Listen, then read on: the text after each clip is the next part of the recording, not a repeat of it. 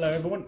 Today we're going to be talking about the possible faults that you may have when having a consumer unit upgraded in your property. Now, as I've said in previous videos, consumer unit upgrades are sometimes mandatory for your property to meet regulations and safety standards. But a lot of people don't talk about the potential faults that you could have. The reason you could have faults is older school electrics don't meet current regulations. They just don't. And older electrics were installed before we had as many safety procedures as we have now. For example, 30, 40 years ago, RCDs were not a thing. They were not fitted, which meant we didn't protect against neutral earth faults. We didn't protect against live faults. This means that you upgrade your fuse board, you can have a thing that's called nuisance tripping, which is if we didn't test the property prior, fit a new fuse board, try to turn on the RCD, it would turn off instantly. It wouldn't reset until we fixed the fault that was there. The idea being it's meant to protect you. The RCDs and safety features assume you're in danger. It assumes when you turn on the electric, something's not right, it doesn't meet regulations. It assumes you're probably getting an electric shock and therefore turns off to protect you. Some people call it a nuisance, I call it an absolute godsend because it protects you.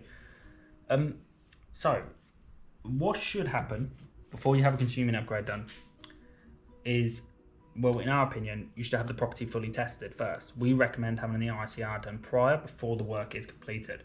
However, some electricians won't do that. It's entirely their preference. There's nothing to say you have to or not. But every good electrician, upon arrival at your property to do your fuse board upgrade, will do some initial testing. The things they'll be testing for are things such as continuation of CPC conductors and make sure there's no low insulation resistance results. So we'll start with the CPC. These colourful little wires up here are your earths, otherwise known as CPCs. These are mandatory to be continuous throughout the whole property at every electrical point, whether it's a light switch, a ceiling pendant, socket, cooker switch, anything, you will have a CPC at them. Now the point is we need to test that they're continuous. We have no idea. There could be a loose connection somewhere, there could be a cut wire, damaged cable, so you need to test that they're continuous. The idea being that if there's a fault, it's these wires here that are going to protect you. These are wires that take the fault straight back to the fuse board and eliminate you becoming the fault path to protect you from electric shocks.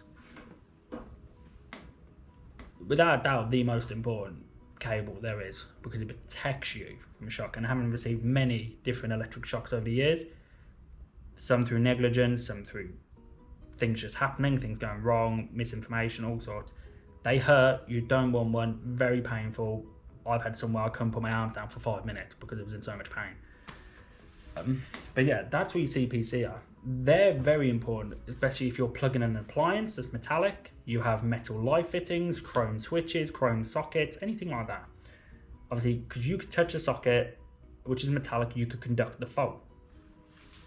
So that's been the one test they'll do.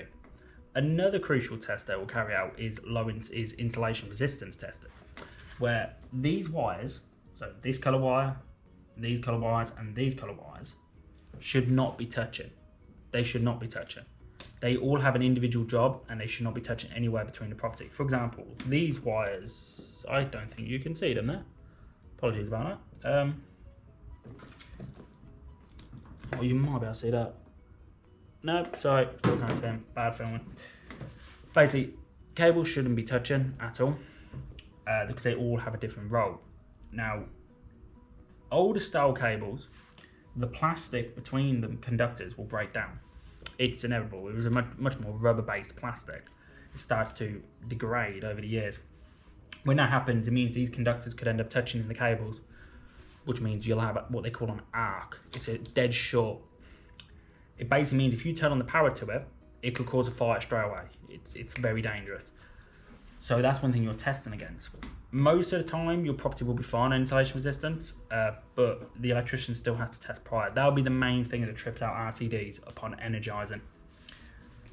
A number of other faults I'd say would be mainly visual based, where the electrician will go around and inspect the rest of the things that could fail. So these are more visual faults. These are such as incorrect bonding conductors. For example, gas and water should be a 10mm bonding conductor. If not, they should be upgraded. They will visually inspect that, as well as a few other tests. They will visually inspect all the electrical accessories to make sure nothing's cracked, damaged, broken, chipped, burnt, anything like that. And they will also unscrew a certain amount of them to inspect behind them to ensure that in the back boxes of the sockets or switches, things like that it's correctly installed that way. Things such as grommets and sleeving. And that's one thing I think doesn't get talked about enough, is the potential faults you could have in a consumer unit. Most of the time I'd say you're okay. It's recommended a rewire's done every 25 to 30 years. In my opinion, if you're anything of 40 years or under, your property should be fine to have a consumer unit upgraded. You may just have a few things that need to get changed, such as lights that need to get changed, bonding conductors that need to get upgraded. Things that aren't necessarily major work to complete. So I hope this helped. And again, if you have any questions or queries, feel free to contact us. Thank you. Bye.